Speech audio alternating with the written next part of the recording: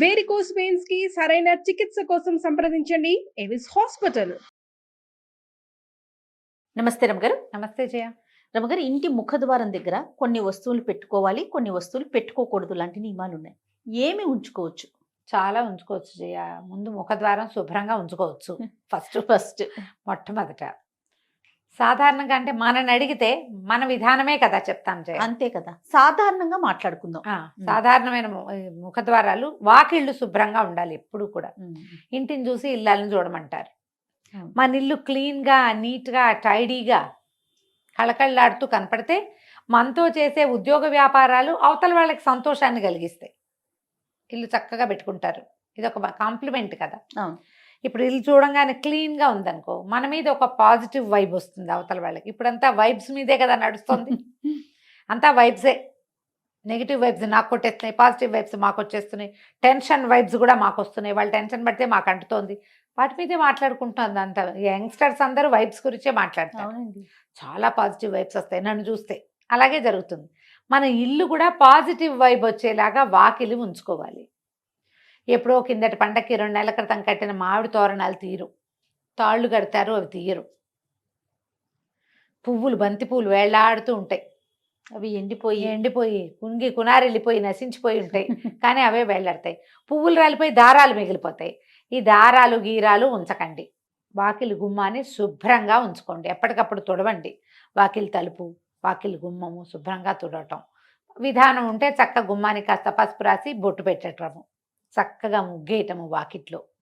ఈ జాజు అవి రాసి ఏదో డిజైన్ అంతా చేయలేకపోయినా ఓకే, మనకు వచ్చింది ఏదో. వాకిలి శుభ్రంగా ఉంచి ఓ తెల్లటి ముగ్గు ఒకటి కనపడుతుంటే కళగా ఉంటుంది.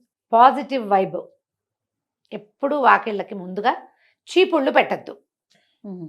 వాకిలి గుమ్మాల కానించి తొల వాకిలి గుమ్మం వెనకాల, తలుపు వెనకాల చీపుర్లు గీపుర్లు పెట్టబోకండి. చీపురు, చేట, బూజుకర్ర, చెప్పులు తలవాకిలి దగ్గర పెట్టద్దు. ఇవేవి మీకు పాజిటివ్ వైబ్ని కలిగించవు. వెగటుగా, ఆడ్ మ్యాన్ అవుట్ లాగా, ఉండకూడదు ఏదో ఉన్నట్టుగా అలాంటి భావాలు కలిగిస్తాయి. వాస్తురీత్యా చెప్పట్లేదమ్మా, జనరల్గా చెప్తున్నా. వాకిలి గుమ్మం ఎదురుగుండా చెప్పులు విడవకండి. గుమ్మానికి పక్కగా విడవటం అలవాటు చేసుకోండి. ఎవరింటికైనా వెళ్ళినా కూడా అంతే, గుమ్మం ఎదురుగుండా విప్పద్దు. చెప్పులు విప్పి గుమ్మంలోకి వెళ్ళండి. ఏదైనా ముగ్గేసుకున్నారనుకో, ముగ్గులు తొక్కుంటూ వెళ్ళిపోబోకండి. పిల్లలు ముగ్గు తొక్కితే ముగ్గు ఉంది తొక్కద్దు అని చిన్నతనంలో చెప్పండి. చాలామంది ఆడపిల్లలను కూడా చూస్తాను నేను. చక్కగా ముగ్గేసుకుంటారు ఎదురింటి వాళ్ళు, ఏమిటో ముగ్గులు తొక్కుంటూ పోతారు. ముగ్గు ఏదో ఒక పవిత్రమైన భావంతో, ఇప్పుడు వాళ్ళ ఫీలింగ్స్ కదమ్మా అవి. అంతే కదా, వాళ్ళ భావాలు, మనోభావం అది. దాన్ని తొక్కేస్తే ఎలాగా? తప్పు కదా. అవును, ఆ పని చేయకూడదు. ముగ్గులు తొక్కకూడదు, గుమ్మం తొక్కకూడదు. ఈ 2 నేర్పించాలి. గుమ్మాల మీద నిలబడకూడదు. చాలా మందిని ఇటీవల చూస్తుంటే, మామూలుగా మనం పసుపు కలర్ వేయించుకుని డిజైన్ వేయించుకున్నాం అనుకో, శాస్త్రానికి ఏదో ఒక పసుపు చుక్క పెట్టుకోవచ్చు. పండగలకి చక్కగా తోరణాలు కట్టడం, కలర్ఫుల్గా ఏవైనా తోరణాలు వేసుకునే వాళ్ళు కూడా కనిపిస్తారు.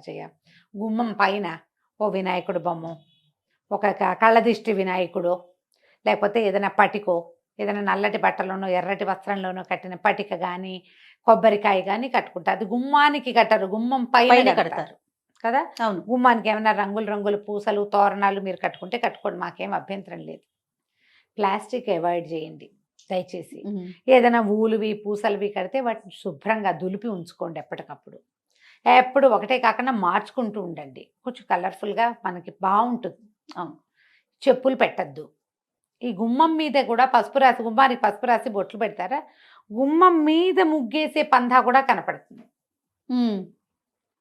మీద ముగ్గేసి పసుపు కుంకాలు పెట్టారనుకోండి, ప్రతి వాళ్ళ కాళ్ళు పడతాయి వాటి మీద.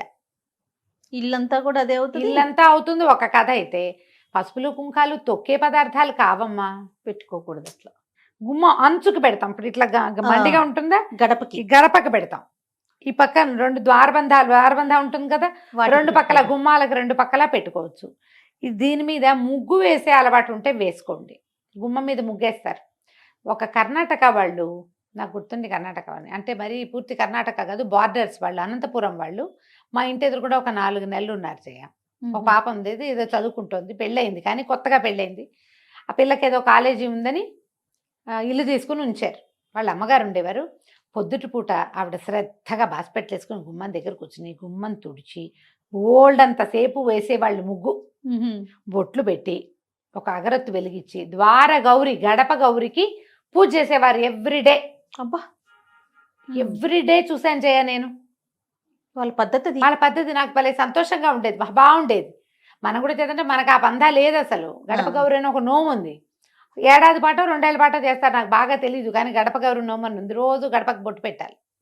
లక్షణంగా వేసేవాళ్ళు. ఇప్పుడు కూడా లక్షణంగా ముగ్గులు వేసేవాళ్ళు మా కింది ఇళ్ళలో అందరి చోట్ల ఉన్నారు, అందరు వేసుకుంటారు. చాలామంది సింహభాగం వేస్తారనుకో, అందరూ వేసుకుంటారు. శుభ్రంగా ఉంచేటప్పుడు పిల్లలకి చెప్పులు పక్కన విడవాలని అలవాటు చేయండి. ముగ్గు తొక్కద్దు, గుమ్మం తొక్కద్దు నేర్పించండి.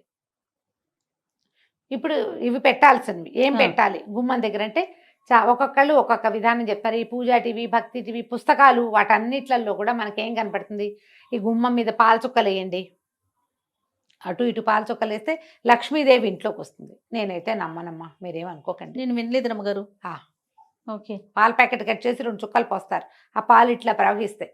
పాలు పొంగినట్టు స్త్రీలు పొంగుతాయిట. ఏం పొంగుతాయో, పచ్చి పాల చుక్కలు మీరు గుమ్మం మీద వేయటం వల్ల చీమలు దోమలు చేరుతాయి. మొదటిది. ముసలు చేరుతాయి. రెండోది, కాస్త ఎక్కువ పోసారంటే కాలు జారి పడతారు. మూడోది, ఇల్లంతా పాల వాసన ఉంటుంది. నాలుగోది, పాలు నేల మీద పోయకూడని వస్తువులలో ప్రధానమైనవని దయచేసి తెలుసుకోండి. పంచామృతాల్లో ఒకటి పాలు. పసుపు కుంకాలు మంగళ ద్రవ్యాలు, అవి నేల రాలకూడదు. నెంబర్ 1. పాలు, పెరుగు, నెయ్యి, పంచదార, తేనె, ఇవి పంచామృతాలు. పాల కడలిలో అమ్మవారు పుట్టింది. వాకిట్లో పాలు పోస్తే పుట్ల, అది చెయ్యొద్దు. అదంత మంచి పద్ధతి అయితే కాదు.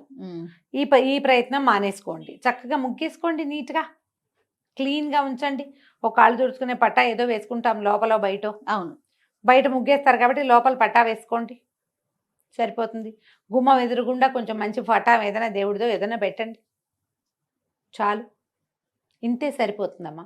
గవ్వలు పెడదామా, శంఖాలు పెడదామా, అదేదో పెడదామా, అవి ఏవి పెట్టినా కూడా మన తత్వం, మన పరిస్థితి, మన గ్రహస్థితి బాగుంటేనే లక్ష్మీదేవి వస్తుంది.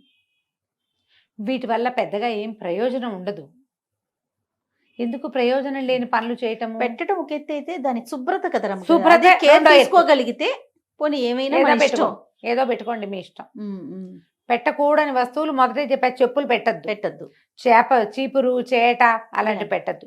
ముఖద్వారం వెనకాల ఏ వస్తువులు పెట్టపోకండి. డోర్కి అక్కడ వెనకాల ఖాళీ ఉంచండి చక్కగా. తలుపు వెనకాల ఏమైనా తగిలించటము, గొడుగులు తగిలించుకోవటము చేస్తాం మనం. దాన్ని ఆనుకునే దాని వెనకాలే చెప్పుల స్టాండు పెట్టద్దు, అదొద్దు. పెడుతున్నారు ఐడియాస్, స్పేస్ సేవింగ్ ఐడియాలు.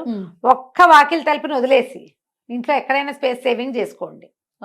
ఈ ఒక్కటి మాత్రం వదిలిపెట్టండి. ఈ రకమైన స్పేసు, వైశాల్యము, ఖాళీదనము, ఇవన్నీ కూడా పాజిటివ్ ఫోర్స్.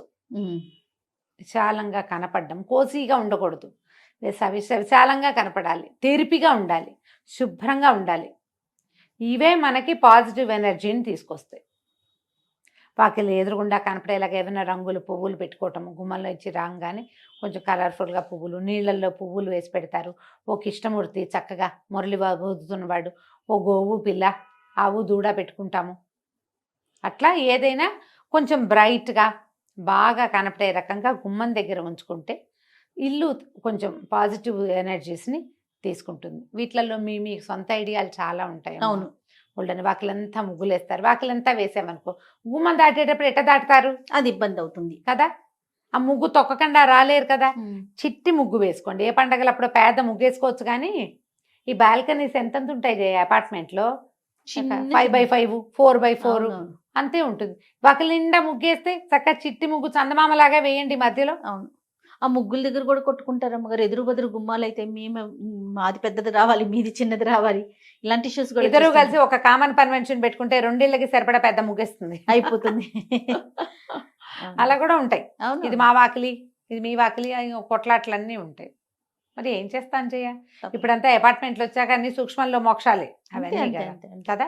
వాకిలి గుమ్మానికి కుడి వైపులా ఎడం వైపున మీకు ఏదైనా బాల్కనీ ఉన్నా, తెరిపి ఉన్నా, ఏదైనా ఆకుపచ్చగా మొక్కలు పెట్టుకోండి. పువ్వులు పూసేవి పెట్టుకోగలిగితే మంచిదే.